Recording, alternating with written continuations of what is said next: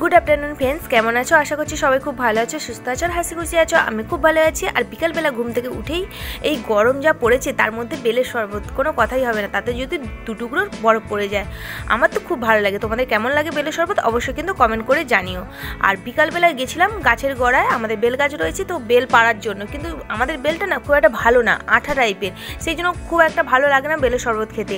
মামা দিয়ে গেছিলো কটা বেল, তো সেই বেল দিয়ে বানিয়ে ফেলেছি বেলের শরবত। তো কীভাবে বানালাম সেটা তো তোমাদের সঙ্গে শেয়ার করবো। আর তোমরা জানোই যে বেলের শরবত বানাতে খুব একটা বেশি খাটুনি নেই, কিন্তু খেতে খুব সুন্দর লাগে। নিয়েছি বেলটা ফাটিয়ে নিয়েছি। আর বেলের কালারটা দেখেছো, খুব সুন্দর দেখতে লাগছে। আর তার সঙ্গে নিয়েছি কয়েক টুকরো বরফ, আর চিনিটাকে না গুঁড়ো করে নিয়েছি। গোটা চিনি যদি দিই তাহলে সেটা গুলাতে অনেক সময় লেগে যাবে।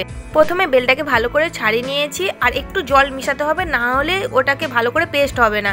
সেই জন্য ভালো করে না পেস্ট হলে সেটাকে ছাঁকনির দ্বারা আমি ভালো করে ছাঁকাতে পারবো না, সেই কারণে একটুখানি জল দেওয়া প্রয়োজন।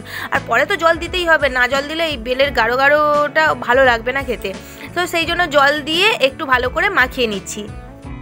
একটা বড় ছাঁকনি নিয়ে নিয়েছি, তাতে বেলের যে মাখানোটা সেটা দিয়ে দিলাম। আর তারপরে একটু চামচের দ্বারা ভালো করে ছাঁকনির সাহায্যে বেলটাকে ছেঁকে নেবো। আর ওই দানাগুলো যদি পড়ে সেগুলো ভালো লাগবে না খেতে। তাই যদি কারো ছাঁকনি, বড় ছাঁকনি না থাকে তাহলে ছোটো ছাঁকনি দিয়েও করতে পারো, নাহলে একটা পরিষ্কার কাপড়ের টুকরো দিয়েও ভালো করে ছেঁকে নেবে। বেলের পেস্ট তৈরি হয়ে গেছে, দেখতে দেখো অসাধারণ লাগছে, পুরো মনে হচ্ছে যেন তালের মার। আর এই বেলের পেস্টটা শুধু মুখে তো খাওয়া যাবে না, এতে একটু জল দিতে হবে আর একটু মিষ্টি দিতে হবে। তো চলো পরপর সব দিয়ে দিই। আর সাজানোর জন্য না একটু নিয়ে নিয়েছি লেবুর টুকরো, আর নিয়ে নিয়েছি একটু স্ট্র। তো গ্লাসে দিয়ে দিলাম জল না দিলে বেলের যে মোটা মাঠটা খেতে ভালো লাগে না। জল দিয়ে একটু পাতলা করলে আরও বেশি খেতে লাগে, ভালো লাগে। আর যেহেতু জল দিলাম সেই জন্য একটু আগে থেকে গুঁড়ো করে রাখা চিনি দিয়ে দিচ্ছি। যাদের সুগার আছে তারা এই চিনিটাকে দেবে না, এমনি বেলটা মিষ্টি লাগবে। আর যাদের সুগার নেই তারা অবশ্যই চিনি খেতে পারো। আর চিনিটাকে গুঁড়ো করে রাখলে সুবিধা হয়, কারণ গুলাতে তাড়াতাড়ি হয়ে যায়। আর তাতে কয়েক টুকরো বরফ দিয়ে দিচ্ছি। এই গরমে যদি বরফ না দিয়ে খাওয়া হয় বেলের শরবত, তাহলে খুব একটা ভালো লাগবে না।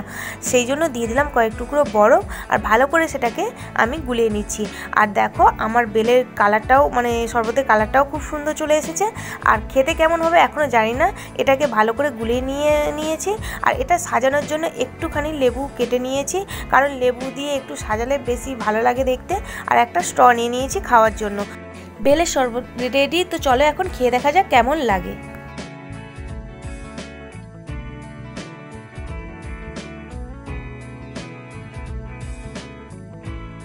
বেলের শরবতটা দারুণ খেতে লেগেছে। আর এই গরমে বেলের শরবত খাওয়া খুব উপকার, তোমরা অনেকেই খাও আর কম বেশি। তো আজকে আমি বেলের শরবত বানিয়ে খেলাম। এরপরে যদি কোনো শরবত তোমরা জানা থাকে যে গরমের সময় খেলে খুব ভালো, তো অনেক ধরনের শরবত রয়েছে, তো আমাকে কমেন্ট করে কিন্তু জানিও। আর আজকের ভিডিওটা তোমাদের কেমন লাগলো অবশ্যই কিন্তু একটা লাইক করে দিও।